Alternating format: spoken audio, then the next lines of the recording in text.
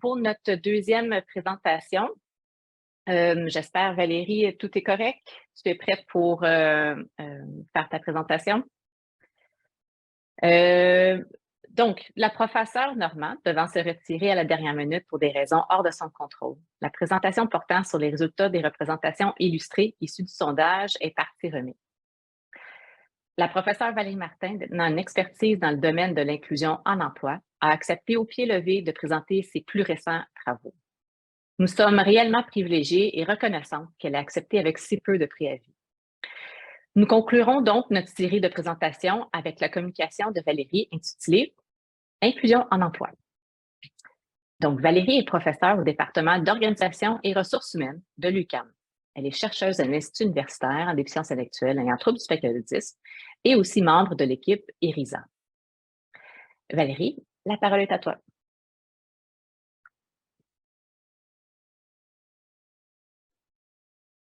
Merci beaucoup, Stéphanie. Est-ce que vous m'entendez? Est-ce que vous m'entendez? Oui, parfait. Super. Donc, j'ai accès. Je pense que... je vais juste partager correctement mon écran.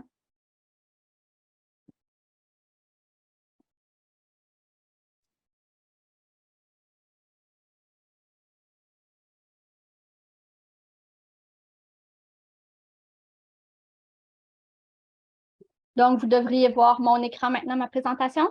C'est parfait. Merci beaucoup. Donc, merci beaucoup, Stéphanie, de m'avoir offert cette possibilité-là de venir présenter mes travaux de recherche en lien avec l'inclusion en emploi des personnes autistes. Ça m'a permis de faire une petite réflexion là, sur les différents projets auxquels j'ai participé jusqu'ici. Puis je trouve ça intéressant là, de refaire ce tour-là à la lumière du concept d'identité. Pour démarrer, je vais vous donner quelques chiffres. En fait, qu'est-ce qu'on sait à l'heure actuelle de la présence des personnes autistes sur le marché du travail? À chaque 5 ans, il y a une grande enquête qui s'appelle l'enquête canadienne sur l'incapacité qui essaye d'aller chercher de l'information sur les personnes qui ont des incapacités, qui sont en situation de handicap au Canada, qui va collecter toute une foule d'informations. La dernière enquête qu'on a eue, c'est 2017. Donc, on peut penser qu'il y a eu quand même certains changements depuis, mais qu'est-ce que cette enquête-là nous dit? C'est qu'il y aurait actuellement 58 200 Canadiens, Canadiennes autistes de 15 à 64 ans, donc en âge de travailler. C'est les âges que Statistique Canada utilise pour définir la population en âge de travailler, donc 0,2 % de la population active canadienne. Par contre, on voit que si on regarde la tranche d'âge plus jeune, les 15 à 24 ans, ça représente une plus grande proportion de la population active, donc 0,7 %. Chez les personnes autistes, 25 % ont dit qu'ils étaient en emploi. Puis on peut faire la comparaison avec 61 % des personnes qui ne sont pas autistes ou qui disaient qu'il n'y avait aucune incapacité. Donc, on voit quand même qu'il y a une grande distinction, puis il y a vraiment un recul où, en fait, les personnes autistes ne participent pas au marché du travail à la hauteur des autres personnes, des autres Canadiens. Si on regarde ceux qui déclaraient être en emploi, 44,9 % disaient qu'ils travaillaient à temps plein. On ne sait pas si c'est une situation choisie. Certaines personnes peuvent choisir de travailler à temps partiel parce que c'est ce qu'ils ont besoin, c'est leur préférence. D'autres, c'est parce qu'ils ne peuvent pas trouver mieux. Donc, on n'a pas cette information-là, mais ce qu'on sait, c'est quand même une différence par rapport au reste de la population active canadienne. Ce sondage-là, cette enquête-là, n'a pas d'informations pour savoir est-ce que les personnes autistes peuvent conserver leur emploi. Donc, j'ai été chercher. Il n'y a pas beaucoup d'informations statistiques à ce sujet-là, mais ce que je peux dire, c'est une étude américaine en 2017 qui notait que dans leur échantillon, qui était quand même un échantillon intéressant, les personnes autistes qui avaient des emplois avaient noté qu'il y avait à peu près 4 à 5 emplois à 5 ans. Fait qu'on voit que les gens dans leur échantillon ne conservaient pas leur emploi très longtemps. et pouvaient changer rapidement d'emploi. Cette enquête-là, par contre, ne parle pas du tout du fait est-ce que les gens sont sous-employés, c'est-à-dire est-ce que les emplois qu'ils ont correspondent à leur domaine d'études, correspondent à leur aspiration professionnelle. Donc ça, cette information-là, statistique, on ne l'a pas. Dans l'enquête canadienne sur l'incapacité, on demandait aux gens, mais pourquoi vous n'êtes pas en emploi? Et les raisons qu'ils disaient étaient, ben c'est en raison de mon état de santé, d'un manque de formation, il n'y a pas d'emploi disponible, mais il y a aussi des tentatives passées infructueuses, donc des gens qui avaient tenté de chercher des emplois puis qui ont fini par se décourager parce que ça ne fonctionnait pas, ou la peur de perdre les soutiens actuels. Donc, on sait qu'en matière de sécurité du revenu, il y a des programmes gouvernementaux où lorsqu'on se met à travailler, bien, on perd accès à ces ressources financières-là. Donc, des gens peuvent ne pas vouloir chercher des emplois parce qu'ils ont cette crainte-là. C'est peut-être un grand graphique ici, là, c'est vraiment le modèle que moi j'utilise quand je réfléchis à la notion d'emploi chez les personnes autistes. Puis ça vient d'un modèle de Fougier-Rolas. Puis en fait, la raison pour laquelle ça m'intéresse, c'est qu'on pose bien les facteurs environnementaux pour expliquer les situations de handicap. Donc, dans ce modèle-là, on dit ben, les facteurs qui appartiennent à une personne, donc son identité, ses systèmes de son corps, ses aptitudes, donc ses capacités à faire des choses, vont à la rencontre des facteurs environnementaux qui sont soit physiques, donc l'environnement physique, ou sociaux, hein, les attitudes des gens, les décisions qu'on a, soit au niveau de la société, soit dans la communauté ou dans nos organisations, ou soit dans les relations individuelles. Puis c'est ces rencontres-là qui vont créer des situations de handicap. Alors moi, mes travaux s'intéressent beaucoup plus à cette boîte-là. C'est quoi les facteurs environnementaux, notamment dans les organisations, qui vont venir faire en sorte que les personnes en autisme pourraient être mises en situation de handicap. J'ai vraiment hâte d'entendre vos commentaires là-dessus dans la discussion par la suite. J'ai fait le tour de la littérature, puis en fait, on parlait beaucoup de la notion de préjugés et discrimination. Hein? Comment les préjugés des gens, des chefs d'entreprise, des superviseurs dans les organisations pouvaient faire en sorte que ça limitait l'inclusion en emploi des personnes autistes. L'exclusion, par exemple, c'est se voir refuser ou avoir un accès restreint à des entrevues, se voir refuser un emploi, mais aussi se voir refuser des opportunités dans son milieu de travail, avoir moins de ressources, pouvoir pas avoir une évaluation de sa performance équitable, pas avoir accès à des promotions ou à un développement de carrière aussi. Mais ça pourrait être aussi se sentir isolé dans le milieu de travail. Hein. Puis ça, c'est une collègue que j'ai vue ici dans la liste là, qui mentionnait que parfois on peut être dans son travail, mais pas nécessairement être en lien avec nos collègues de travail. Parce qu'en fait, l'inclusion, c'est d'être accepté comme un membre estimé puis apprécié du groupe, puis d'avoir des liens sociaux forts avec ses collègues de travail, tout en étant apprécié pour qui on est, et non pas parce qu'on a caché qui on est. Si on regarde plus spécifiquement du côté de l'entreprise, hein, qu'est-ce que l'entreprise peut faire pour soit créer des obstacles pour faciliter la place des personnes autistes en milieu de travail? Bien, sur le plan de l'environnement social, c'est jusqu'à quel point on permet, les gens sont ouverts d'esprit, qui ont une culture organisationnelle ouverte, puis sont flexibles à faire des changements dans l'organisation pour accommoder les gens qui ont des différences ou qui ont des besoins variés. Est-ce que le processus de dotation, donc le recrutement, la sélection du personnel, l'embauche, est-ce que c'est adapté ou moins adapté aux besoins des personnes autistes? Est-ce que c'est possible d'adapter des éléments du poste, d'adapter des éléments de l'environnement de travail pour s'assurer que la personne autiste puisse travailler puis pouvoir fonctionner dans son milieu de travail? Est-ce que l'entreprise est ouverte à collaborer avec des professionnels externes qui peuvent venir amener du soutien au superviseur, à l'employé pour s'assurer que l'inclusion fonctionne bien? Est-ce qu'il y a une sensibilisation aux collègues de travail lorsque c'est souhaité par la personne autiste pour s'assurer qu'il y a une bonne communication, Puis, est-ce qu'on respecte les adaptations qu'on a accordées à la personne autiste, mais à long terme? Donc, c'est une chose que de discuter d'accommodement, d'adaptation avec un superviseur, mais est-ce qu'on les conserve à long terme, puis est-ce qu'on ne les oublie pas dans le feu de l'action après ça? Sur le plan de l'accessibilité physique, il y a aussi tous les enjeux d'accessibilité si les personnes en ont besoin, mais surtout sur le plan sensoriel. Donc, est-ce que c'est possible pour une personne d'avoir un environnement physique qui va respecter ses besoins sensoriels? Par exemple, le besoin de calme, le besoin de silence, le besoin de ne pas avoir trop d'agitation devant lui qui pourrait le distraire, par exemple, selon les besoins des personnes. Un autre élément, puis moi je dirais, je crois, le plus important, c'est l'attitude du superviseur direct. Donc, la personne avec laquelle on travaille là, le plus au quotidien. Donc, son attitude, ce superviseur-là peut œuvrer beaucoup, soit pour créer des obstacles, soit pour faciliter l'inclusion en emploi. Donc, est-ce que le superviseur est ouvert d'esprit? Est-ce qu'il est capable d'avoir une communication claire et adaptée quand il donne des instructions puis des rétroactions?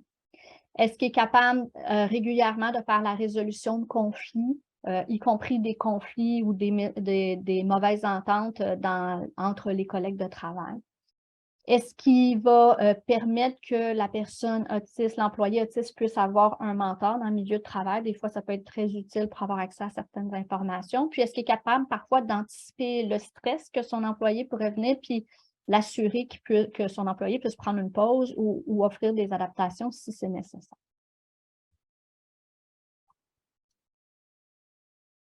J'en viens donc aux travaux de recherche que j'ai menés dans le cadre de ma thèse. En fait, je dirais que je me suis intéressée à l'approche de soutien en emploi.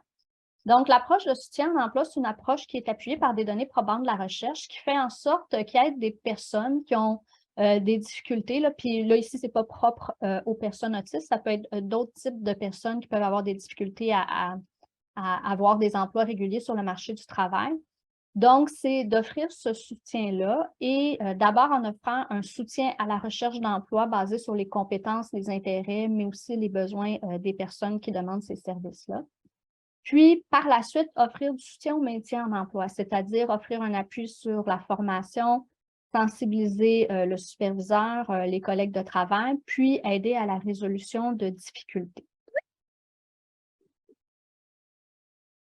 Donc, moi, j'ai voulu faire une alliance avec l'organisation Action Main-d'œuvre, qui est un organisme à Montréal qui offre ces services-là destinés à la clientèle autiste.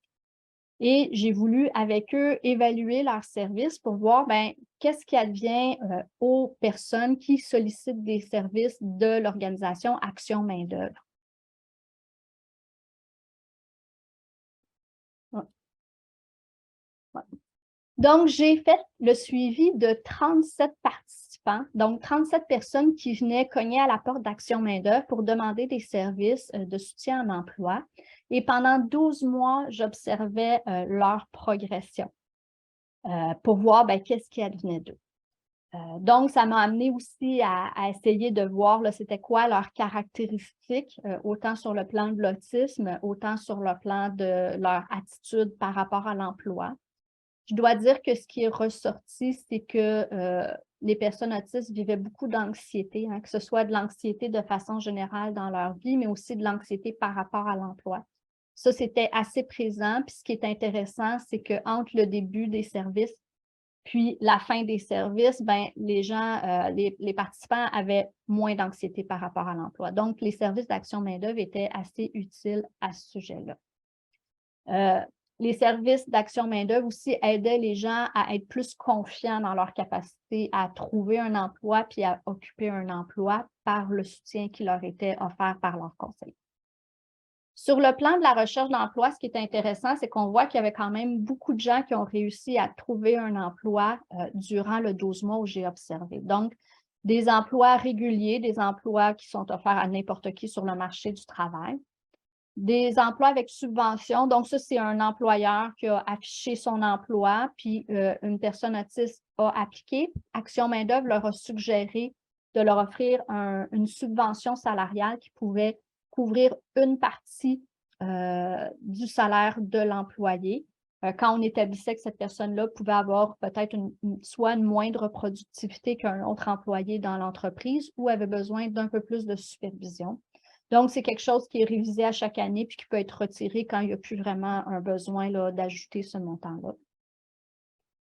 Certains étaient dirigés vers des mesures d'employabilité. Donc, ça, c'était pour des gens qui avaient peut-être eu peu ou pas d'expérience de travail du tout, qui ne savaient pas concrètement non plus c'est quoi leur intérêt, qui n'avaient pas eu la chance d'expérimenter c'est quoi être dans un milieu de travail. Donc, ça leur permettait d'être dans un programme particulier où ils apprenaient certaines compétences, mais ça leur permettait d'avoir un certain développement. Certains faisaient un retour aux études après avoir parlé avec leurs conseillers, d'autres partaient vers d'autres organismes, puis quand même une minorité n'a pas réussi à trouver d'emploi durant ce 12 mois-là. Donc, c'est des résultats quand même assez intéressants quand on regardait les difficultés qu'avaient pu vivre les personnes qui demandaient les services. C'est sur le plan du maintien en emploi que c'était un peu plus difficile. On voit que 35 étaient toujours en emploi. Il y avait certaines personnes qui avaient un contrat ou une mesure à durée déterminée. Donc, on savait que ça prenait fin, puis après ça, ces gens-là devaient chercher un autre emploi. Ce qui est un peu plus triste, c'est que il y avait quand même 35 qui avaient soit été congédiés ou qui avaient démissionné d'eux-mêmes. Dans ce contexte-là, la durée de l'emploi était de 3,6 mois. Par contre, il faut dire que moi, je ne regardais que le premier emploi trouvé. Et donc, certaines des personnes qui se retrouvent dans ce carré-là ont par la suite cherché un autre emploi, puis trouvé un autre emploi, puis peut-être dans ce processus-là, ont appris qu'est-ce qu'ils n'aimaient pas dans un milieu de travail. Donc, ça m'a amené à réfléchir un peu à qu'est-ce qui fait que, il y a des gens pour qui ça fonctionne, puis des gens pour qui ça fonctionne moins. Et j'ai été faire des entrevues avec 9 employés autistes, leurs superviseurs et leurs conseillers en emploi pour essayer de voir dans leur histoire entre le moment où ils sont à la recherche de l'emploi, qui sont embauchés, qui sont formés, qui ont leur première expérience, leurs évaluations de performance. Puis par la suite, certaines personnes étaient encore en emploi, puis d'autres avaient perdu leur emploi ou avaient l'intention de quitter ou leur superviseur avait l'intention de les congédier. Donc, il y avait plus de succès que d'échecs, mais j'ai eu quand même dans mes 9 une diversité.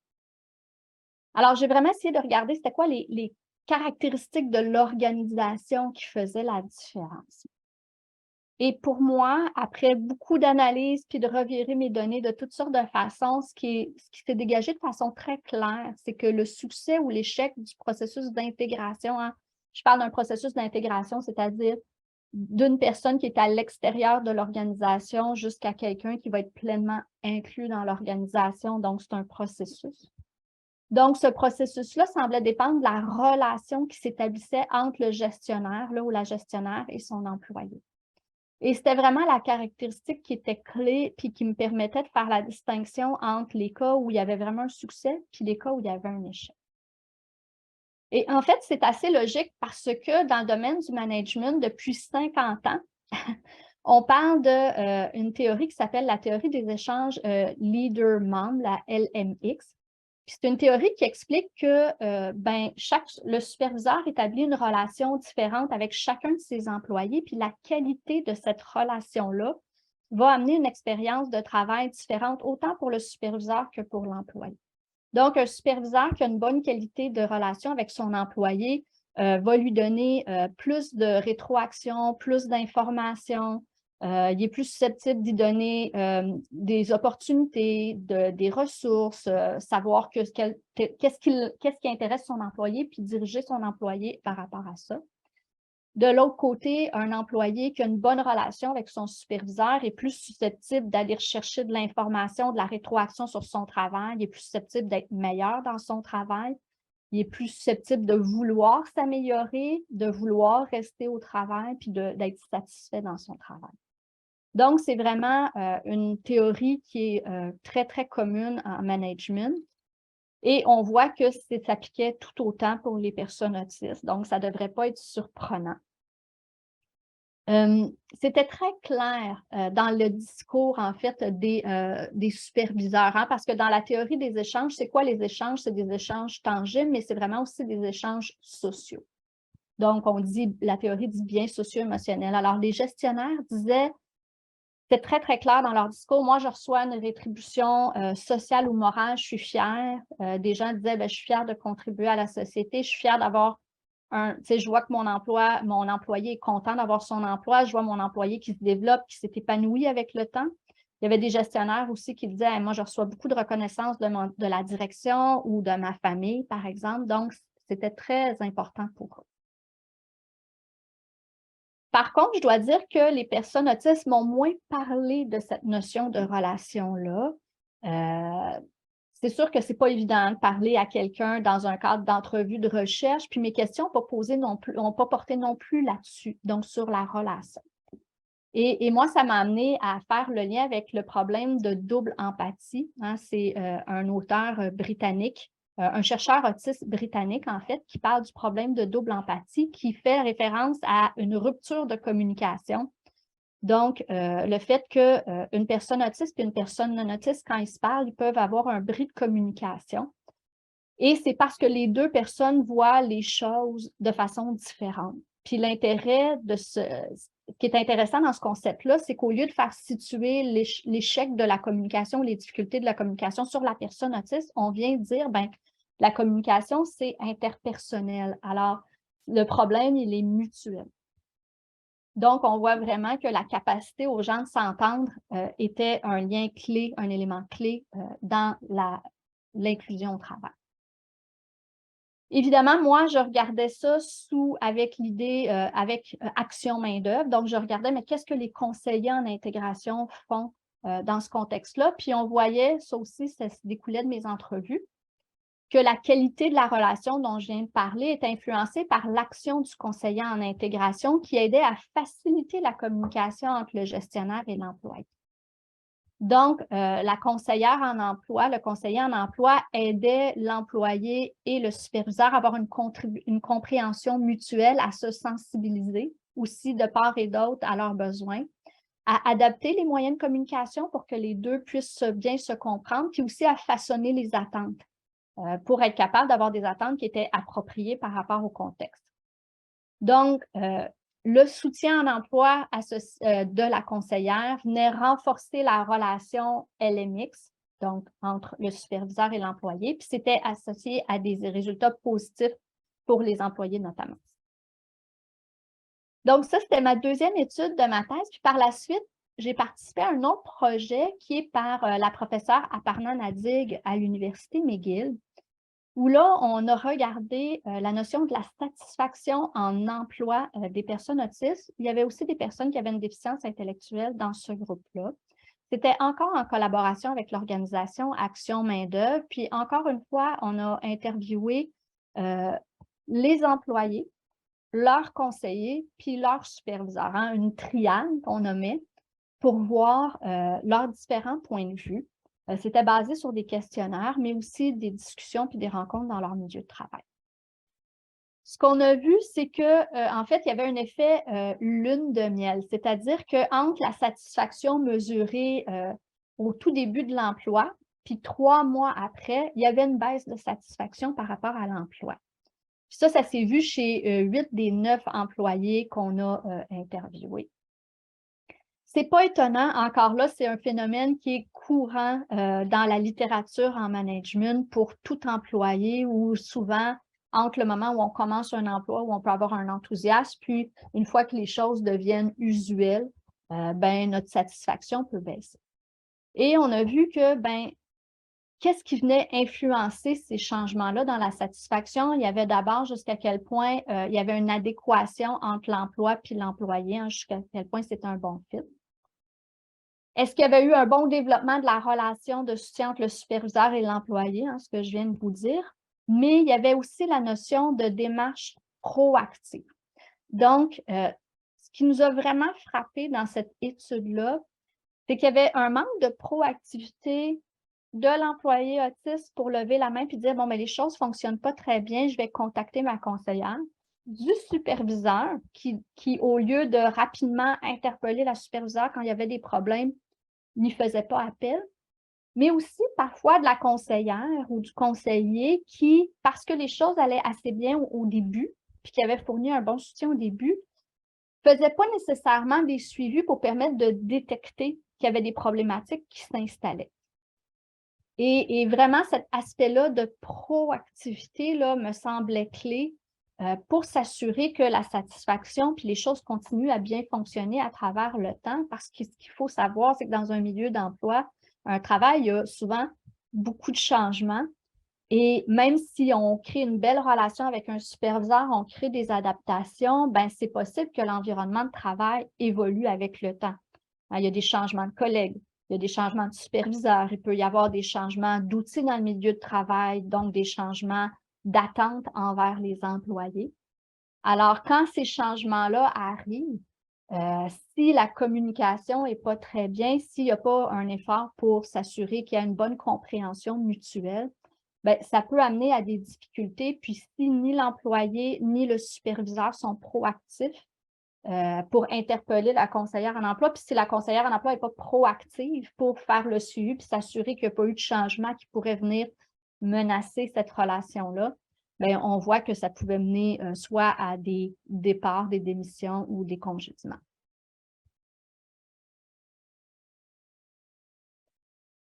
Finalement, quand on regarde toutes les 3 études que je vous ai présentées, la littérature, on voit qu'il y a quand même plusieurs éléments qui sont importants quand on réfléchit à l'emploi pour les personnes autistes, pour les adultes autistes. Puis on appelle ça l'approche écosystémique. C'est-à-dire que oui, la personne en soi, oui, son milieu de travail, c'est des composantes super importantes. J'ai parlé des services spécialisés du soutien en emploi aussi. Mais il y a d'autres éléments qui sont aussi très importants. Donc, d'abord, l'éducation. Dans les statistiques canadiennes le démontrent, plus une personne a un haut niveau d'éducation, plus elle est susceptible d'être en emploi. Donc, s'assurer que dans notre société, on a un système d'éducation qui permet aux personnes autistes d'aller jusqu'à où ils peuvent, dans leur potentiel, dans leur intérêt, dans leur étude, mais ça, c'est important pour favoriser l'emploi. Il y a évidemment la famille et l'entourage qui peuvent offrir du soutien de toutes sortes de façons, que ce soit pour, au quotidien, aider les personnes à structurer, que ce soit pour avoir, pour se sentir bien au quotidien. En fait, quand on vit dans une famille, puis ça, j'en ai vu dans mon échantillon, des personnes qui vivaient dans une famille, qui était un peu dysfonctionnelle. C'est beaucoup plus difficile d'être disponible à l'emploi, par exemple, que si on vit dans une famille qui est soutenante, qui est dans l'harmonie. On voit aussi que les familles, ça peut être des gens qui nous aident par leur réseau de contacts à trouver des opportunités d'emploi. C'est des gens qui, au quotidien, peuvent nous conseiller ou avec qui on peut échanger si on a des difficultés. Donc, ça, c'est un élément important. Puis finalement, il y a tout un autre ensemble de services dans la communauté, dans la société qui vont faire toute une différence. D'abord, je dirais le logement.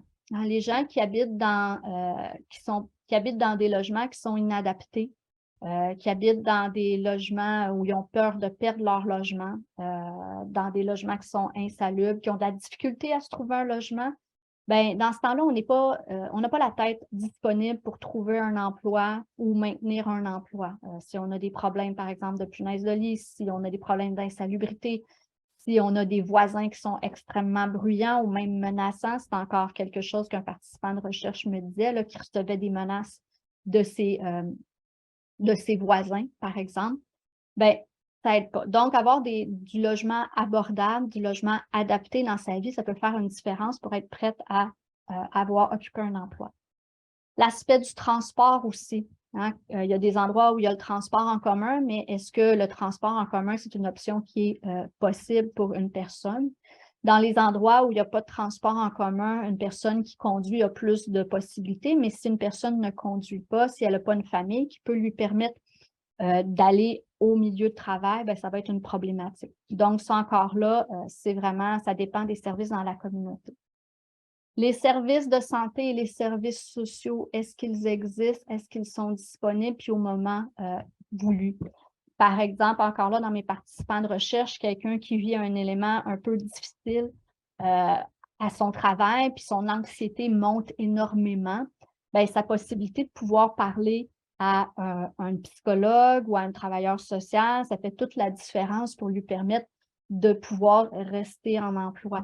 Avoir un travailleur social ou une travailleuse sociale qui nous aide dans la gestion de notre budget, qui nous aide à maintenir un peu toutes les différentes facettes de notre vie, tous les papiers, ça fait toute une différence aussi.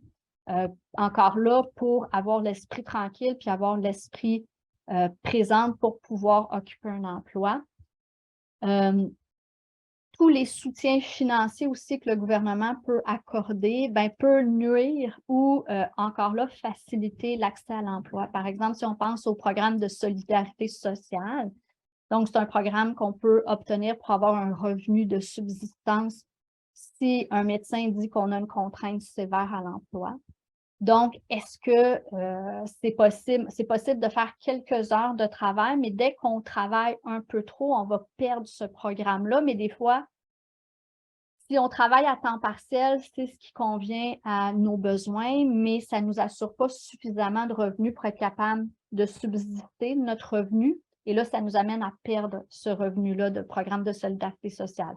Alors, comment est-ce que le gouvernement conçoit ces programmes? Ça peut venir faire en sorte que les gens vont être plus susceptibles d'occuper un emploi ou au contraire, vont pas vouloir aller sur le marché du travail.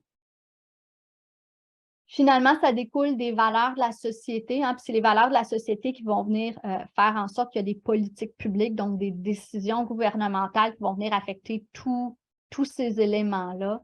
Donc, est-ce qu'on a une société qui est ouverte à la différence, qui veut venir soutenir tous les citoyens avec les conditions qu'ils ont? Donc, on accorde une place égale à tous les citoyens de notre société, puis on s'assure de réfléchir à nos politiques publiques, à nos services en fonction de tous les citoyens de notre société. J'ai déjà fait le tour de ce que je voulais dire avec vous. Si vous voulez en savoir plus, j'ai participé il y a quelques années à un projet de recherche, soutien en emploi, partenariat pour un soutien en emploi. Donc, vous pouvez trouver sur ce site-là différentes infographies qui veulent résumer la littérature scientifique sur ce sujet-là. Puis, si vous vous intéressez aux organismes qui ressemblent à Action Main-d'œuvre, Action Main-d'œuvre œuvre à Montréal, mais ailleurs en région, dans d'autres régions, bien, le rosef.ca peut vous donner l'adresse de ces organisations-là. Fait que, ben, moi, j'ai fini de mon côté, Stéphanie. Merci Valérie. Toujours intéressant, un plaisir de vous écouter. Donc, pour résumer, on entend qu'il y a une différence dans la présence sur le marché du travail, puis vous avez nommé qu'un quart des personnes autistes sont en emploi au niveau national. Les raisons d'être sans emploi sont multidimensionnelles. Nous avons plus précisément adressé les facteurs environnementaux, donc les préjugés, le manque d'acceptation de l'environnement, de l'adaptation de l'environnement, tel qu'adressé dans les salles de discussion hier avec Lucilla en avant-midi. À l'opposé, flexibilité et ouverture de l'environnement social facilitent l'accès à l'environnement. On a abordé plus précisément les services de l'organisme Action Main-d'œuvre, donc dans le cadre de vos études, où les personnes participantes de votre étude nomment vivre de l'anxiété en lien avec leur recherche en emploi. La moitié de vos personnes participantes ont trouvé un emploi, ce qui est le double de la proportion rapportée au niveau national, comme vous avez nommé en début de présentation. Mais ces emplois étaient pour la majorité précaires et de court terme à cause de la teneur des contrats et de leur congédiement ou démission. Pour favoriser le maintien en emploi, la relation entre la personne gestionnaire et l'employé et la capacité de communication de chacune, avec en tête la compréhension mutuelle entre l'employé et la personne gestionnaire, donc vous avez parlé de la théorie de la double empathie, semblent être des éléments clés à retenir. Et enfin, considérer l'approche écosystémique dans l'accompagnement est proposée, avec l'importance du soutien de la famille et de la flexibilité des programmes et politiques publiques. Alors, sur ce résumé, on va ouvrir la période de discussion. Il y a déjà deux excellentes discussions et deux excellentes questions. Donc, Isia, je te laisse le plaisir d'animer ça. Oui, donc on a eu une personne participante qui avait demandé si le thème handicapé avait été défini lors des entrevues. Puis effectivement, on n'imposait pas une définition, donc on demandait premièrement aux participants de définir ce thème, puis d'ensuite de nous dire si l'autisme correspondait à leur définition du thème handicap. Puis suite à cette question-là, la même personne a demandé si les définitions de handicap données sont disponibles. Donc, si Marie-Hélène ou Jeanne pourraient nous donner des pistes par rapport aux définitions qui ont été proposées par les personnes participantes aux entrevues. Ben, moi, de mon côté, ce que je peux dire, en fait, comme je disais plus tôt, on n'a pas terminé les analyses, mais effectivement, on a vu une belle variété de définitions que les gens ont données, dépendamment de leur rôle, évidemment, parce que je vous rappelle qu'on a rencontré des personnes autistes, des intervenants et des parents. Donc, le rôle pouvait faire varier la définition que la personne avait du handicap, mais tous les référents, évidemment, là, qu'on a vont influencer clairement ce qu'on définit comme étant un handicap ou non.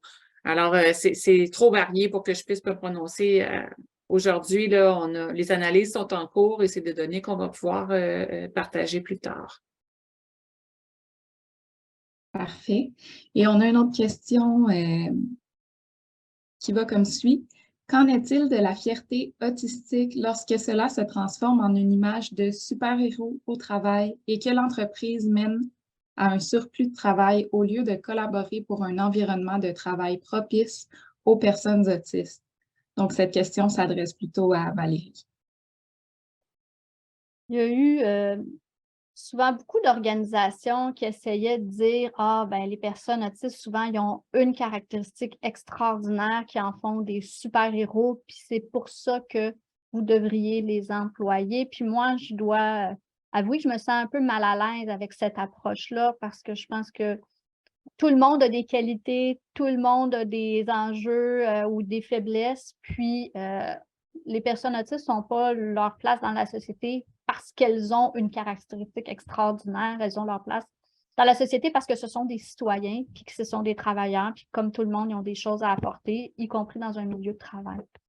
Donc, effectivement, il faut faire, puis là-dedans, puis ça, c'est pas sans nier qu'il y a certaines personnes autistes qui ont effectivement des caractéristiques extraordinaires, puis qui peuvent amener des choses vraiment importantes sur le milieu du travail. C'est pour ça que, pour moi, je cherche encore comment avoir une discussion nuancée, puis être capable, justement, de trouver les bons termes pour communiquer toute cette palette-là de différences entre les personnes. C'est une grande préoccupation que j'ai à chaque fois que je parle de ce sujet-là. Merci Valérie. On a une autre question pour vous. Au-delà des facteurs, comment ces éléments se lient ensemble dans une trajectoire d'emploi?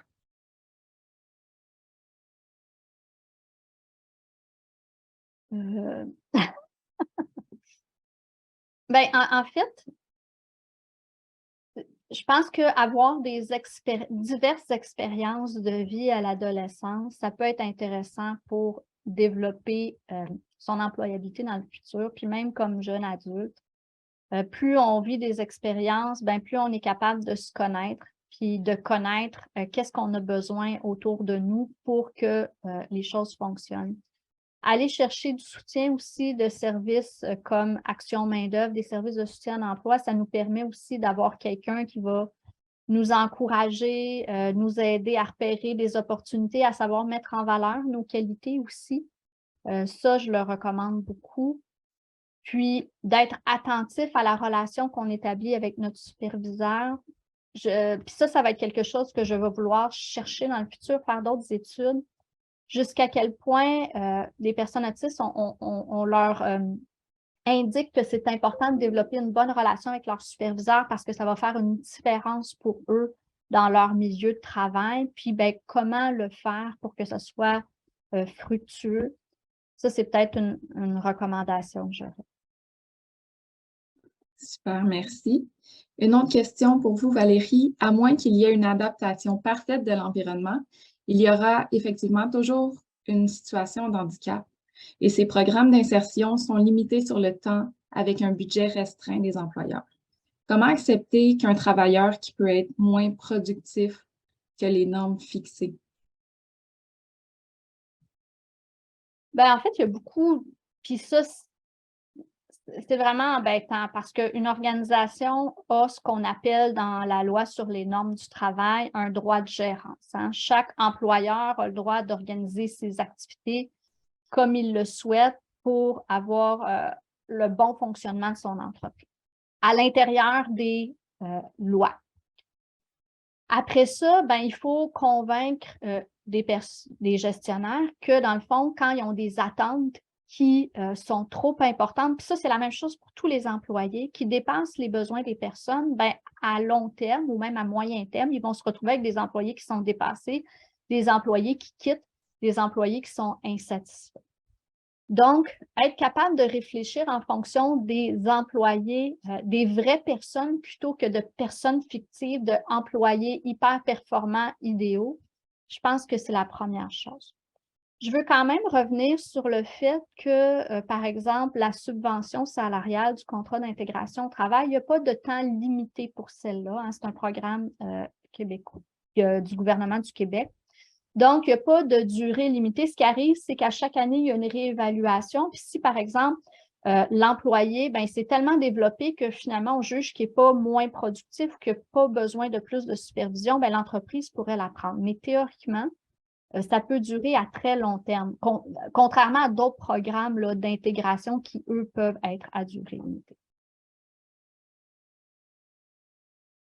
Merci Valérie. Je crois que Stéphanie avait une question pour vous. Oui, c'est Valérie, on a eu une super belle discussion ensemble quand on parlait de l'organisation du symposium. Puis, cette discussion croisait l'identité autiste et puis les programmes de soutien à l'emploi, justement. Donc, il semblait que pour avoir accès à ces programmes-là, il faut justement accepter certaines terminologies qui n'adhèrent pas nécessairement à notre construction identitaire. En fonction de quand tu as rencontré tes 37 participants, est-ce que ça, le manque de flexibilité justement par rapport aux politiques et aux programmes gouvernementaux, par rapport à la construction identitaire de la personne, est-ce qu'il y en a qui ont rapporté ça? C'est quoi ta Je dirais que seules 2 personnes me l'ont rapporté. C'était les personnes les plus scolarisées de mon échantillon. Faut dire que dans mon échantillon, il y avait des gens qui avaient quand même moins de scolarité. Donc, c'est peut-être des gens qui sont plus dans le concret, puis moins qui vont pas nécessairement porter attention sur les termes exacts dans des formulaires. Alors, probablement qu'ils ont simplement signé le formulaire, puis que l'important pour eux, c'était encore là, c'était de parler à leur conseiller. Mais effectivement, hein, il faut dire que, par exemple, il y a les mots déficience sur ce formulaire-là, il y a les mots incapacité, qui n'est pas applicable pour tous, pas du tout. Puis c'est vraiment le vocabulaire là, qui est en lien avec le modèle de Fougerolas, là, où on parle des facteurs identitaires, des déficiences sur le plan des systèmes organiques, des incapacités sur le plan des aptitudes. Donc, ce vocabulaire-là, sur ces formulaires-là, vient de là. Mais c'est sûr qu'on est dans une société où, pour, par exemple, avoir accès aux accommodements dans le milieu de l'éducation, ben, il faut montrer des pièces justificatives qui disent qu'on a un diagnostic et donc des contraintes. La même chose pour avoir accès au programme de solidarité sociale, hein, qui est un programme de subsistance. Là, ben, il faut démontrer pour un médecin signe qu'on a une contrainte sévère à l'emploi qui découle de notre diagnostic. Alors, on est pris un peu dans un modèle médical parce que c'est le fondement de nos programmes. C'est les preuves médicales qui nous donnent accès à ces éléments-là. Alors que ben, dans un milieu de travail, ce vocabulaire-là médical n'a pas toujours sa raison d'être. Et moi, j'ai toujours cette réflexion-là qu'il faut qu'on on soit capable comme société d'avoir des discussions sur des phénomènes sociaux sans nécessairement avoir besoin d'intégrer le vocabulaire qui provient de la médecine, qui provient de la psychologie, ou ce vocabulaire-là, peut-être que dans un contexte médical, quand des médecins se parlent entre eux, qui ont leur jargon spécialisé pour se définir, quand certaines personnes se parlent entre eux pour définir des concepts très précis et peut-être utiles, mais quand vient le temps de se parler en société, à l'extérieur de ces systèmes-là, moi, je pense que c'est super important qu'on développe un vocabulaire où là, on réfléchit à la notion de stigmatisation, mais qu'on n'ait pas toujours besoin de retourner chacun à nos dossiers médicaux puis d'avoir à amener ces étiquettes-là qui n'ont peut-être pas rapport quand on parle de logement, quand on parle de transport, quand on parle de comment j'adapte mon poste de travail. Hier, ça fait directement lien avec la discussion qu'on avait hier avec Marjorie, que l'idée, finalement, c'est d'axer sur la réponse aux besoins et pas sur les termes médicaux, les définitions médicales apportées justement au comportement observé, mais plutôt les besoins. Ouais. C'est entièrement cohérent, je pense. En fait, complémentaire, je devrais dire, avec la discussion qu'on a eue hier. Très intéressant. Puis, du coup, ça nous fait aussi penser à la divulgation du diagnostic. Je peux peut-être considérer que des adaptations seraient pertinentes pour m'aider justement à m'épanouir dans mon milieu de travail, mais j'ai pas nécessairement le goût de dire, de nommer mon diagnostic, puis de dire à mon gestionnaire, encore une fois, peut-être par des craintes au niveau de la stigmatisation, est-ce que je vais perdre mon emploi, bref. Donc, tu sais, en plus, il faut la personne aide de l'avant, puis aille au-delà de, bon, oui, je passe par-dessus mon malaise ou mon inconfort pour répondre à mon besoin, puis m'exposer, être vulnérable face à comment l'autre va recevoir ça. Alors, c'est vraiment, ça repose beaucoup sur les épaules de la personne puis du cheminement qu'elle fait dans justement sa construction identitaire. Comment qu'on peut l'accompagner là-dedans? Une grande préoccupation aussi pour moi, je dois dire, parce que Ouais. une autre étude que j'ai lue puis qui était vraiment intéressante montrait à quel point le processus pour donner des accommodements dans un milieu de travail, ça découle d'un processus politique où il y a des facteurs sociaux, politiques qui sont en jeu parce qu'il y a des négociations entre plusieurs personnes qui se font. Puis souvent, c'est le statut social de la personne, de l'employé, qui va jouer beaucoup sur le résultat final. Est-ce que l'employé est plus haut ou plus bas dans la hiérarchie? Est-ce qu'il est à temps plein ou à temps partiel? Est-ce qu'il était apprécié par ses collègues? Est-ce qu'il performait en emploi ou non? Tous ces éléments-là vont venir affecter les accommodements qui vont être offerts par la suite.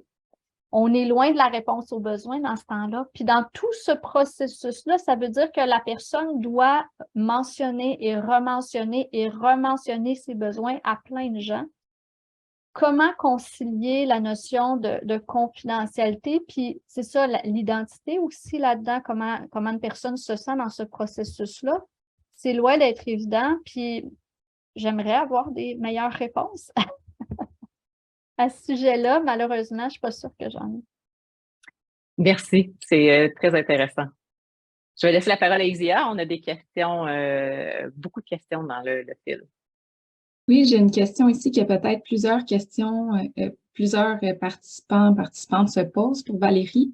Est-ce qu'une personne autiste doit absolument être déclarée aux yeux du gouvernement comme étant une personne handicapée, entre guillemets, pour que des employeurs puissent obtenir des subventions salariales à l'emploi, ou est-ce qu'une preuve de diagnostic, ça suffit? Je suis pas tout à fait au fait de cette mécanique-là. C'est vraiment un processus qui se règle auprès d'un organisme de soutien à l'emploi. C'est eux qui s'occupent de recueillir l'information. De toute façon, pour obtenir ces services-là, il faut présenter un diagnostic, donc documenté, là, fait par un professionnel de la santé autorisé. Puis c'est ça qui donne accès aux services. Puis sur la base de ça, on peut obtenir là, ces différentes subventions salariales-là. Mais ils sont pas d'emblée offerts. Mais il y a pas, c'est pas sur la base du statut dans d'autres éléments. C'est quand même toujours assez en silo au gouvernement, là. Alors, ici, on peut choisir de parler de son diagnostic à certains programmes puis pas à d'autres. Merci. La prochaine question va s'adresser plus à Jeanne et à Marie-Hélène. On demande, est-ce que l'analyse des données et des verbatims va prendre en compte les définitions selon les différents modèles du handicap, donc le modèle médical, fonctionnel, social, affirmatif, socio-subjectif, etc.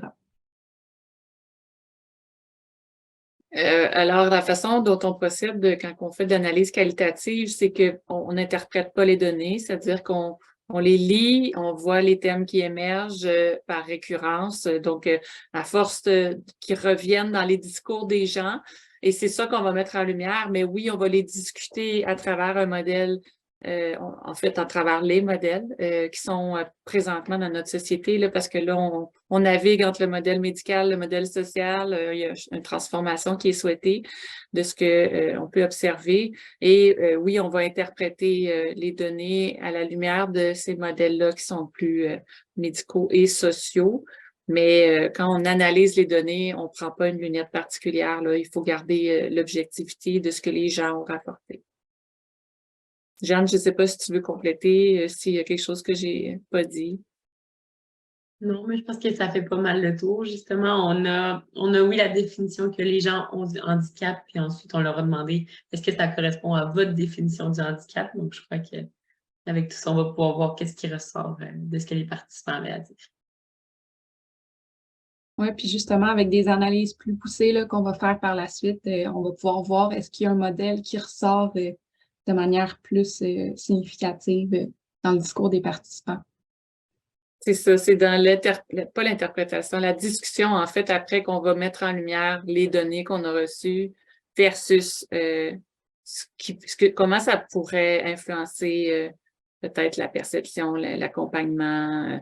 On va aller ensuite voir les perspectives futures là, pour la recherche. Mais c'est sûr que quand on analyse, on reste le plus près possible là, de ce que les gens nous ont transmis. Merci. Cette question-là va être pour Valérie. On a un participant qui demande qu'effectivement, le besoin de stabilité chez les personnes autistes font partie intégrante de leur identité. Alors, comment fait-on pour accommoder la personne autiste aux changements qui peuvent subvenir au travail?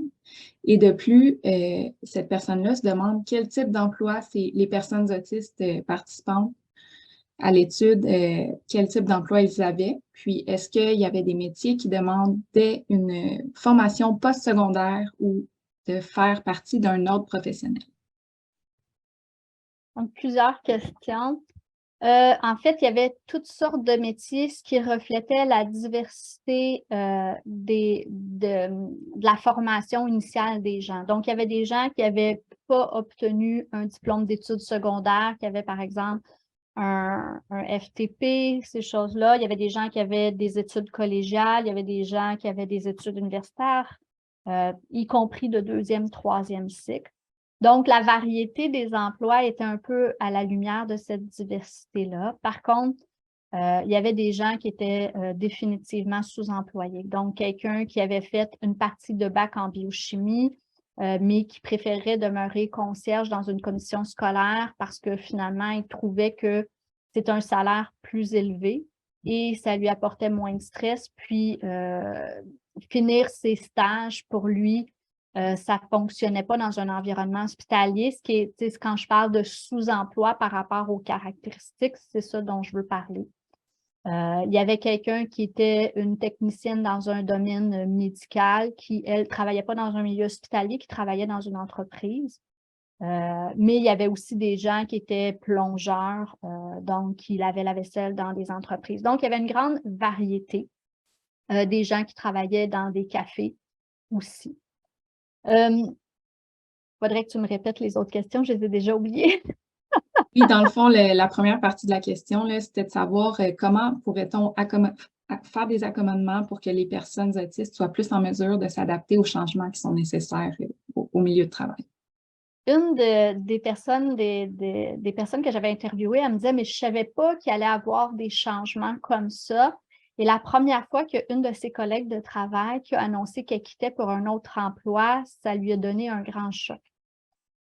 2 ans après, elle s'était habituée à ça, puis c'était plus autant une surprise. Par contre, sa superviseure prenait la peine de venir la voir, de lui expliquer qu'une personne quittait, qu'est-ce qu'elle allait faire, qu'est-ce que ça voulait vouloir dire comme changement. Donc, elle prenait vraiment la peine de lui parler à part pour lui expliquer ce changement-là. Puis moi, je trouvais ça important parce que c'est pas une grosse adaptation. On s'entend là, de juste prendre quelques minutes pour faire cette annonce-là puis lui permettre de poser aux questions, mais ça faisait toute une différence pour elle.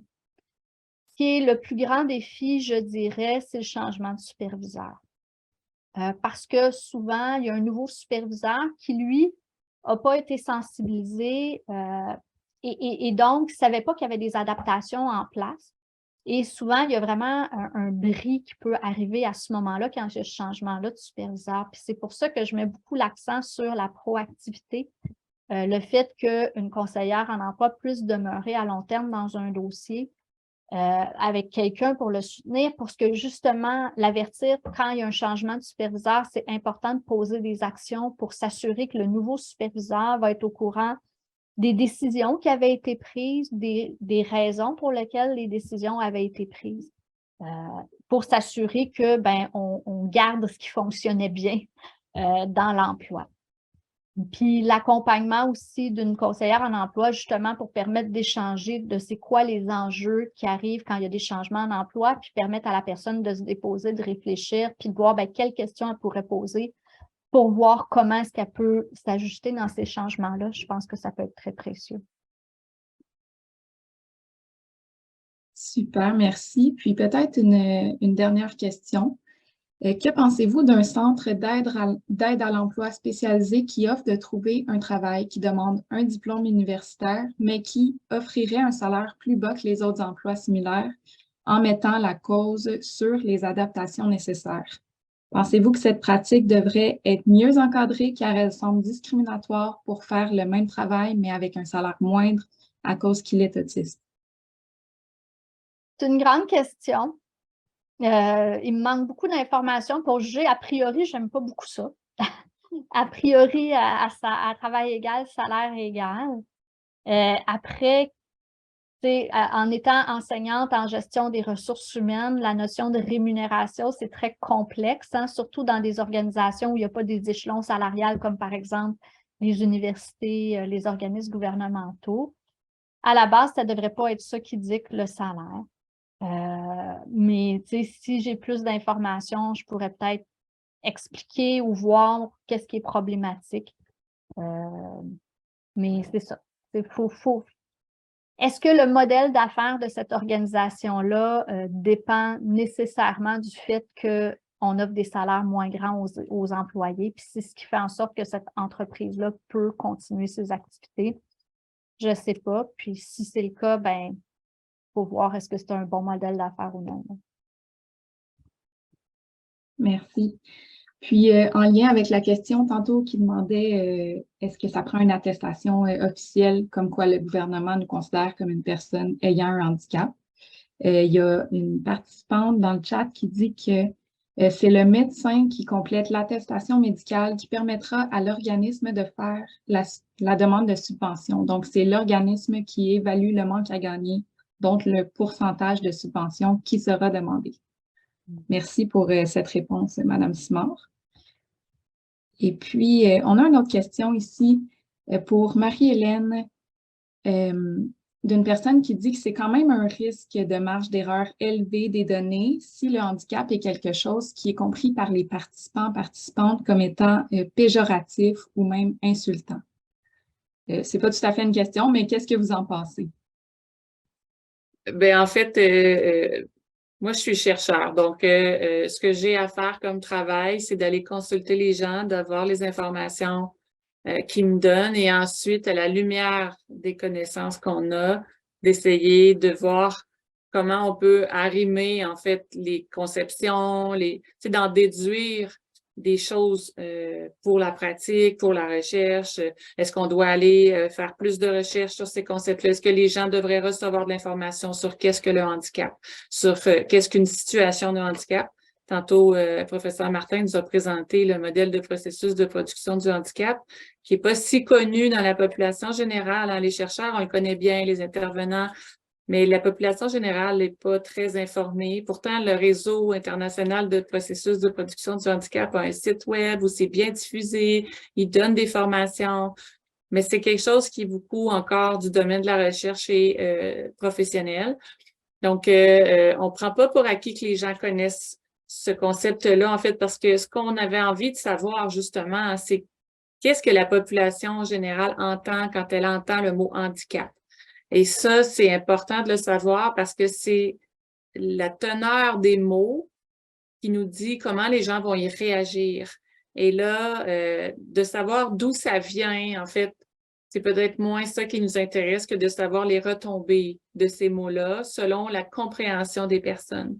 Alors, si les gens ont perçu le handicap comme quelque chose de négatif, ben peut-être que ça va mener à des recommandations comme de populariser encore davantage le modèle de processus de production du handicap.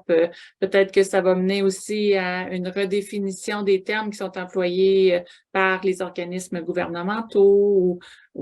Bref, ça mène à des recommandations parce que ce qu'on veut vraiment savoir, justement, c'est qu'est-ce que les gens entendent quand ils entendent le mot handicap. Puis ce qu'on a vu à date dans les analyses, c'est que presque une parité de gens qui le voient comme quelque chose de négatif, comme un moins, comme une difficulté, comme quelque chose à pallier. Puis il y a une autre majorité, une autre partie de la population qu'on a interrogée qui le voit davantage comme quelque chose qui demande des accommodements ou une situation, en fait, que si on ajuste l'environnement, ben elle n'existe plus. Donc, les gens qui le voient de façon positive, c'est un peu dans le même modèle que le processus de production du handicap, c'est-à-dire que c'est une interaction entre l'environnement et les besoins de la personne. Et donc, si on ajuste l'environnement aux besoins de la personne, le handicap disparaît. Alors, c'est ça qu'on voulait voir. Donc, c'est pour ça qu'on va respecter la façon que les gens nous l'ont nommé, parce que c'est exactement ce qu'on voulait savoir. Au même titre que quand on posait les questions sur qu'est-ce que ça signifie l'autisme, on n'a pas à juger de ce qu'ils nous répondent, en fait, parce que ce qu'on veut savoir, c'est justement la perception des gens, puis ce que ça soulève chez eux émotivement, cognitivement, qu'est-ce qu'ils comprennent quand ils entendent ces mots-là, parce qu'on le sait, les mots sont porteurs de sens, puis le stigma est essentiellement basé aussi sur des mots comme ça qui peuvent être lourds de sens. Alors, c'est de voir en fait l'état de la situation quand on entend ces mots-là dans la population ou dans les populations auxquelles on s'est intéressé, donc les parents, les intervenants, les personnes autistes.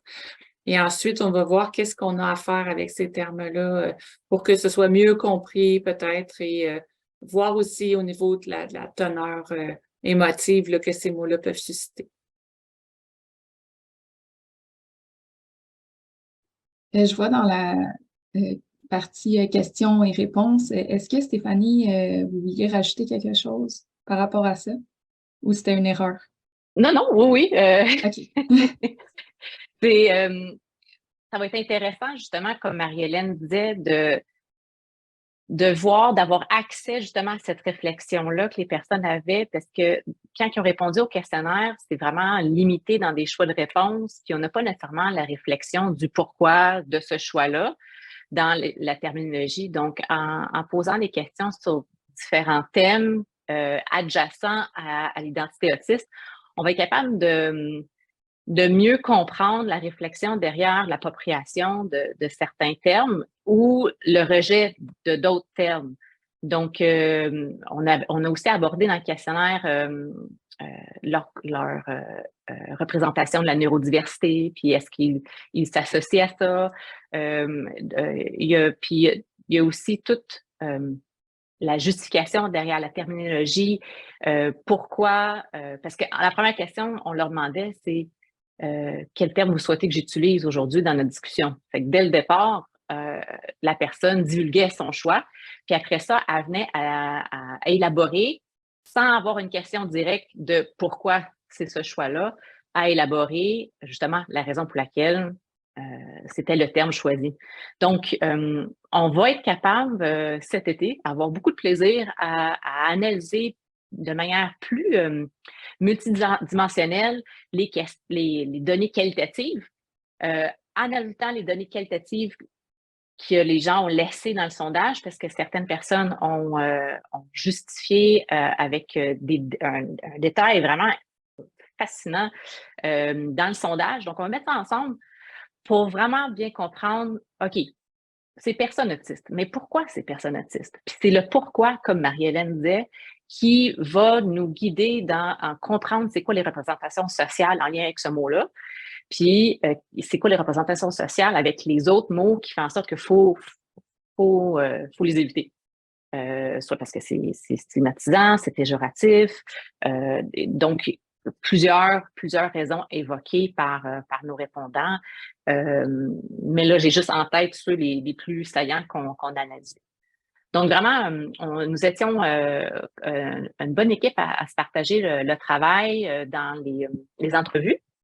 Donc, la personne interviewée avait le choix de se faire interviewer soit par une personne aliste ou une personne autiste, puis le moyen aussi, comment qu'elle se faisait interviewer. Donc, soit par Zoom, par téléphone, par texto. Donc, il y a vraiment une approche aussi qui était diversifiée dans notre entrevue. Alors, c'est pas la fin. Aujourd'hui, c'est vraiment comme Marlène disait, très préliminaire. Un aperçu de c'est quoi les données parce qu'on vient tout juste de terminer pour vous donner ce scoop-là aujourd'hui puis hier. Est-ce qu'on a d'autres questions? On a fait le tour?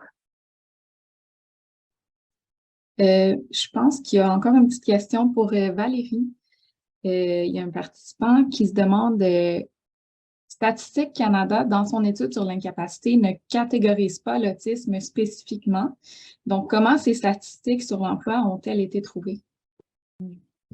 C'est vrai que l'information qui est disponible de façon générale utilise, on va regrouper les personnes autistes dans le type d'incapacité qui nomme incapacité développementale. Et ça, il y a toutes sortes de monde là-dedans, des personnes qui ont une déficience intellectuelle, des personnes qui ont la paralysie cérébrale, des personnes autistes. Donc, quand on regarde le site web d'Emploi Canada, de Statistique Canada, cette information-là n'est pas là. Par contre, c'est toujours possible pour des chercheurs d'interpeller Statistique Canada pour obtenir un jeu de données et faire cette analyse-là plus fine. Et c'est ce que l'auteur Berringham a fait. Donc, a fait cette évaluation-là de façon plus fine. Et c'est l'article, puis n'hésitez pas là, à me contacter si vous voulez avoir cet article-là, où on va aller chercher, où on définit de façon plus précise pour les personnes autistes, plus spécifiquement là, ces statistiques-là de taux d'activité, taux d'emploi, taux de chômage. C'est un très bon article. Merci Valérie, merci Marie-Hélène. Je crois que ça fait le tour pour ce qui est des questions. Je sais qu'il y avait une participante ou un participant qui voulait aborder plus sous forme de discussion le terme de handicap invisible, mais ça va peut-être pouvoir être plus fait autour des tables de discussion dans lesquelles vous allez être dirigés sous peu. Donc, je passe la parole à Stéphanie. Bien, justement, les tables de discussion aujourd'hui, je pense que ce thème-là va peut-être être abordé dans la table divulgation du diagnostic animée par Valérie Desroches. Il y a aussi la table du stigma menée par Lucilla Guerrero, donc ça peut peut-être être abordé. Puis Valérie, justement, Valérie Martin, elle a la table de l'inclusion en emploi. Donc ça aussi, ça pourrait être peut-être un endroit où ça sera inséré. Et enfin, les représentations sociales de l'autisme animées par Noé Carrière-Bonnet. Là aussi, peut-être que ça va être abordé. Finalement, c'est des thèmes qui s'entrecroisent, qui se côtoient, mais qui ont chacun vraiment une spécificité par rapport à l'expérience que la personne peut avoir à partager. Donc, nous, on a une pause de, donnez-moi un instant, 15 minutes. Donc, cette pause-là permet de vous dégourdir, prendre un peu de soleil parce qu'il ne restera pas longtemps, mais aussi de noter dans votre nom, si vous ne voulez pas noter votre nom au complet, notez le nom de la salle à laquelle vous voulez être jumelé. Puis justement, les salles sont dans le nom que je viens de nommer, sont dans le chat. Donc, vous pouvez simplement le noter. Puis durant la pause, essayez de rester connecté sans votre son. Puis comme ça, notre soutien technique va être capable de distribuer tout le monde dans les salles. Donc, on revient à S55, puis on va être capable de vous rappeler le fonctionnement de la salle avant de les ouvrir. Merci.